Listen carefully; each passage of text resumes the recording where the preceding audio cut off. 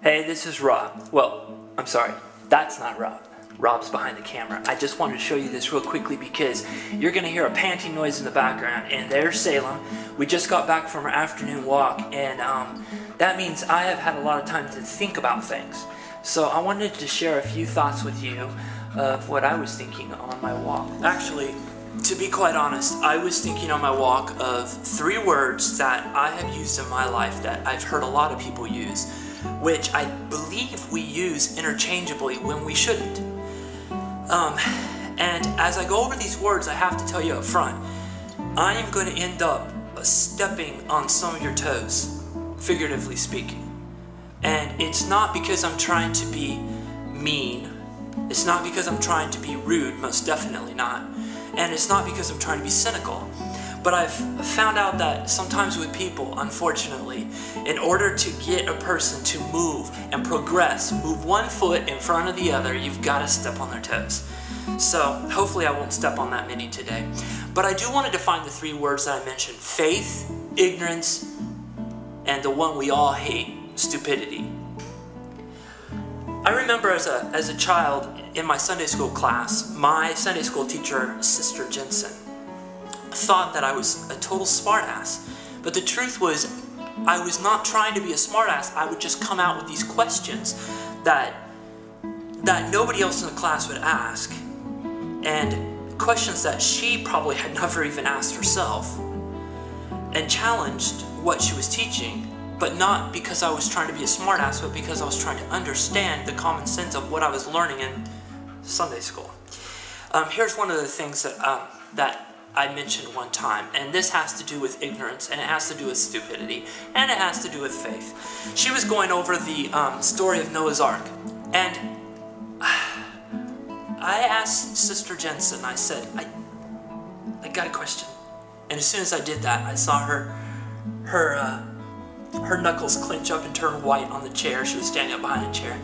She was very patient though, and she said, yes, Rob, what's your question? And I said, I want to know, how did Noah get all the animals after the flood to the right places? I said, we got the polar bears in the North Pole, and we've got the penguins down the South Pole. Now, did he do that because he knew the polar bears would eat the penguins? And I say, thank God he did not drop a polar bear off in the middle of the Sahara Desert. He put the camels there, because they would have just, imagine dropping those camels off in Siberia. And I was thinking, how did he do that? I said, how did he get all the animals in the right places? I said, not to mention how did he get all the animals in the first place, but how did he get all the animals in the right places? See, I was asking these questions that was really shaking things up, I guess. And she said to me, she says, I understand what you're asking. I don't have the answer. She says, but you just gotta have faith. You gotta have faith. And, I think that religions take advantage of that word faith. They give it such a twist that it no longer means what it was intended to mean. In my definition, faith is knowing that there's more knowledge, more understanding out there. It's not what you see necessarily, it's beyond what you see and understand. Faith is not seen, but you believe in it because you believe that something's out there more. Now, you might not know what that is, but you have faith that there's more to come, and you're continuously moving forward in understanding, in wisdom, and in knowledge. That's faith. Faith is a belief that there's more. It's not a knowing what is more necessarily, but it's a belief that there's more out there. Ignorance is when you don't know something. Okay? Now, a lot of my 4th grade students would come into my class and they would not know how to do long division. They were ignorant, but that's okay, because they can rise above that and learn long division, and they're no longer ignorant when it comes to that. We are all ignorant. We are so ignorant that we don't know so much that's out there in the universe, and there's nothing wrong with being ignorant. But if you take ignorance one step further, and you define it as self-imposed ignorance, then you've crossed the line into stupidity. And I have seen in my life so many people including myself in times past, which now I'm conscious of it, so I try to avoid it at all costs. But they will cling to a belief that is clearly false, that is clearly shown with evidence that it is not true, that is clearly shown with multiple evidences. And they will cling to this, remain in ignorance, self-imposed ignorance, and call it faith. That's not faith. That's stupidity. And stupidity is the stumble block of all progression. But stupidity is self-imposed ignorance. Here are a couple examples. This is going to step on some people's toes. There is multiple, not just a little, but in all avenues of scientific discovery, there is so much overwhelming evidence in DNA and in fossils, in geology, in almost every field of science. There's so much overwhelming amount of evidence that all life on our planet originated from a common source. There is multiple evidences that canines, that primates, that felines, that all of the animals that are around us are all our cousins. There's multiple evidence, but you talk to somebody who does not want to see that, and this is how you know when you're bordering into stupidity. First of all, you don't even want to look at the evidence. A lot of people do that. They'll hear about it and, oh crap, and they want to push it aside. So they're staying in ignorance, okay? Which means they're stupid, okay? Because now they're not ignorant anymore, they're stupid, okay? Another form is that they'll hear the evidence, it scares the crap out of them because, ooh, it shook their world up. Now they don't have all the answers that they thought they had. Now, suddenly, Galileo, the Earth is not the center of the universe. It shakes up their picture of reality. Nobody likes that. So they'll rationalize everything to the hilt.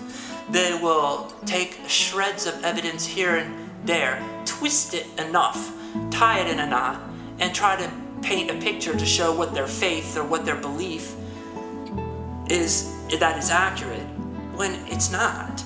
And we see this almost in every field, and unfortunately, religions have done so much for humanity to help us to look past the physical, reach for more that's beyond our five senses. They have helped to make us aware of a greater reality. And they have also been a stumbling block towards greater knowledge. A big stumbling block. Now, these people that say that we don't all come from a common ancestor, I have no doubt that if they lived 500 years ago, they'd be telling everybody that the earth is the center of the universe too. That's what the Bible says, or at least how they interpreted it. It was doctrine. If you didn't believe it, you were going to go to purgatory because you're a heretic. I'm asking you, please, for all of our sakes, for the sake of humanity and our evolution, stop being a stumbling block. If you are remaining in ignorance on purpose, self-imposed ignorance, which means you are being stupid, it is because you are afraid. You are afraid of being wrong. You are afraid of having your picture of what you think the world is like different. You don't want to expand it. You don't want to change it. You're afraid of change. All of these things are fears. Scientists are also, oftentimes, not all of them, but they're also stupid. Because so many times they come up with a theory or some piece of knowledge and they prefer to remain in self-imposed ignorance. So, my message today is to be aware of self-imposed ignorance. When you're doing that, you're no longer learning and growing, and you have crossed the line from being ignorant, which is totally okay, to being stupid, which is not how humanity is going to evolve. Be a heretic. Be a heretic. Every time we have ever progressed in humanity, it has been because of the heretics. Galileo, again, was a heretic. Martin Luther was a heretic. They go against what people are teaching, yet they bring us to a deeper reality in one way or another. So, for all of our sakes, please don't be a stumbling block, don't be stupid, rise above your ignorance, don't be afraid, and dare to be a heretic. That's all, folks. Bye-bye.